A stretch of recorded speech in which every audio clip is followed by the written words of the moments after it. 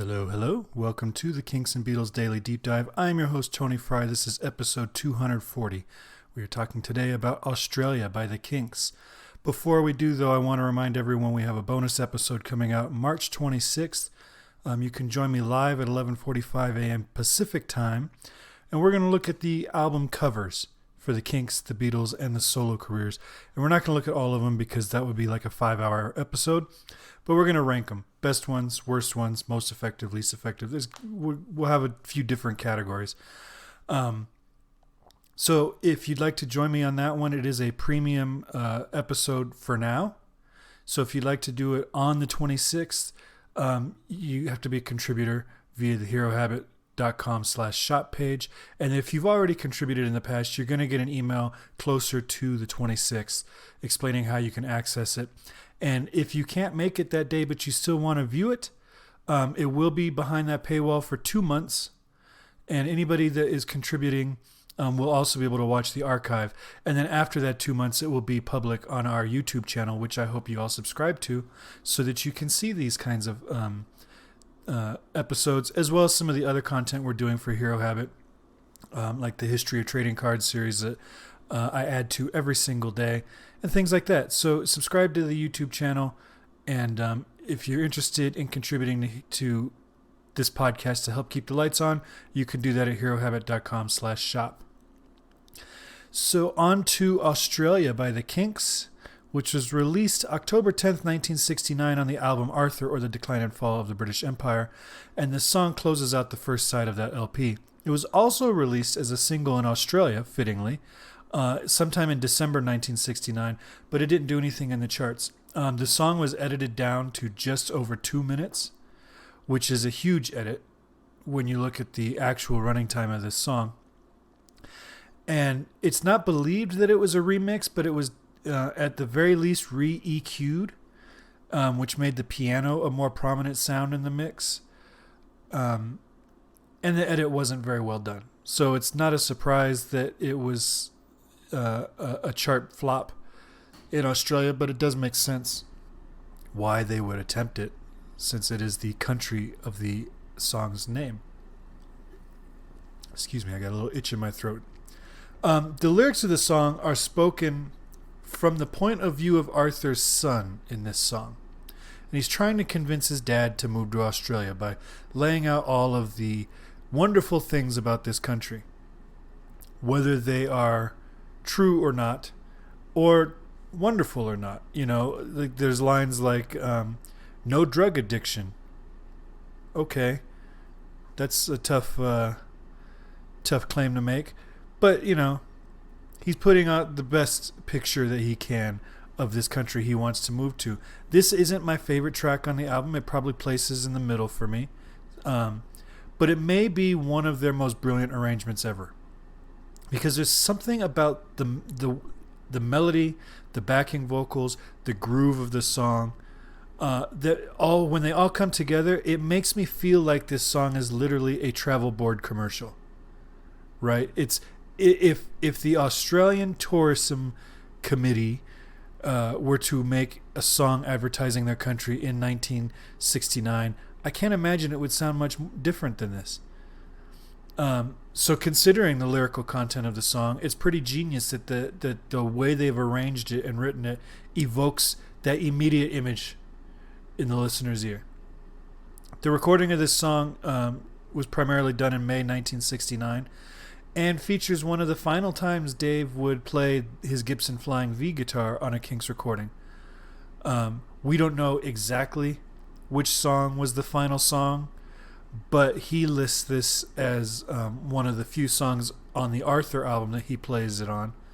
And of course, he doesn't play on it after that. So we're getting close to the end of the Flying V era. The song feels like it has a lot of sections to it, but it really doesn't. It's a deception in the way that Ray has composed it. There's an A section which starts from the intro and lasts all the way through to We'll Surf. And then the We'll Surf part is your B section. And that's it. After he goes back to the A section, about halfway through, the band shifts into a halftime real lazy. It's not swing, but it's almost swung. It's very lazy. Right?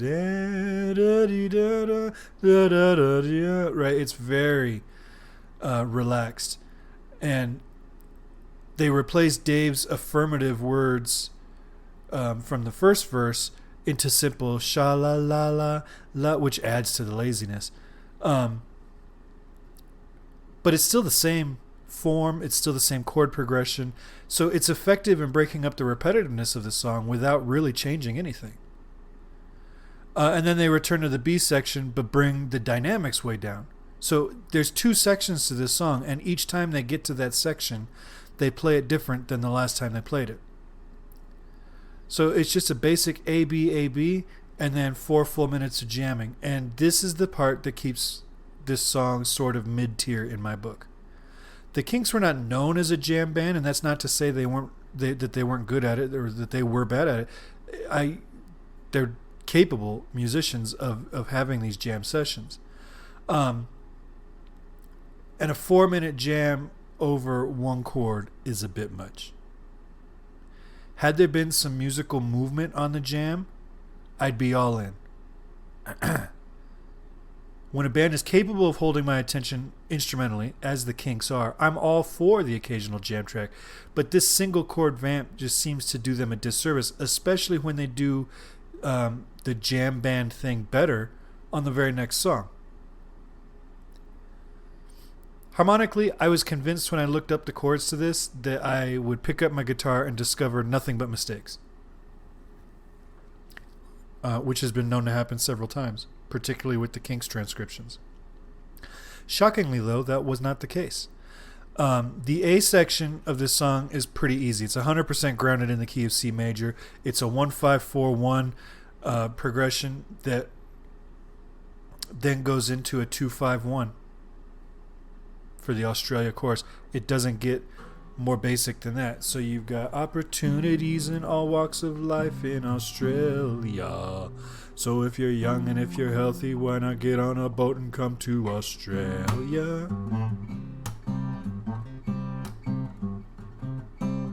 And then this is a 2-5-1. Australia, the chance of a lifetime of 2-5-1.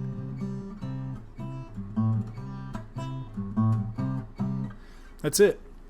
All in the key of C, all, diatonic chords, nothing borrowed from that. But then the B section arrives and Ray centers it on a G sharp major chord. And you can look at it as a G sharp or an A flat. Neither is going to make the analysis easier. The reason I'm looking at it as a G sharp is because then I can say that it's like a sharp 5 chord. Whereas if I was looking at it as an A flat, I would have to say it's a flat 6 chord, but then I would also have to change the 6 to major because it's normally minor.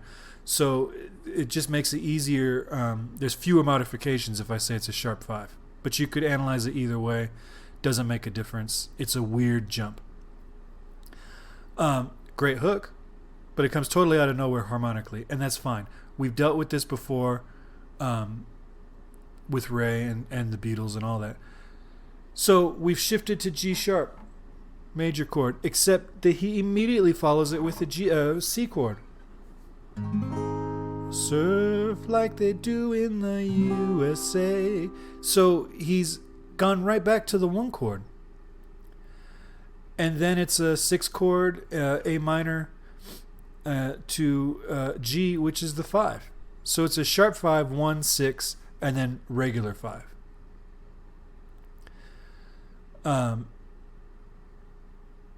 Okay, so now he ends on the 5 chord. We've established he's ended, so we're on the sharp 5 to the 1 to the 6 to the 5.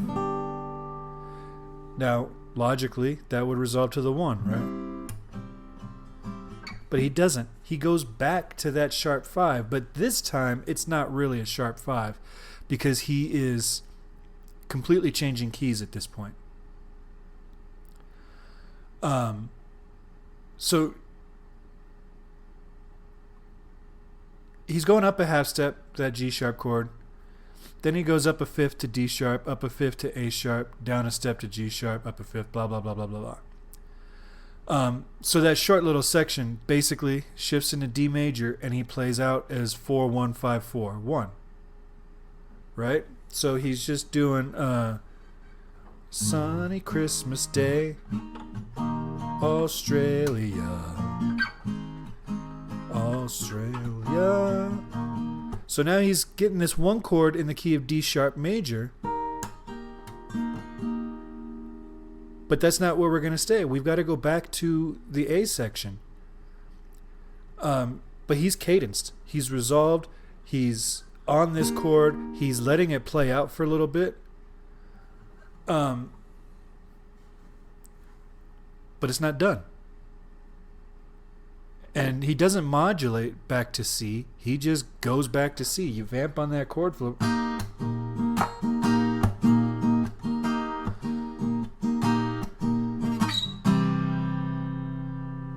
And that's it. We're back in there. So we have like 8 bars of this B section written in a different key, not even remotely close to the home key. And there's no modulation in or out of it. He just goes there and he leaves there.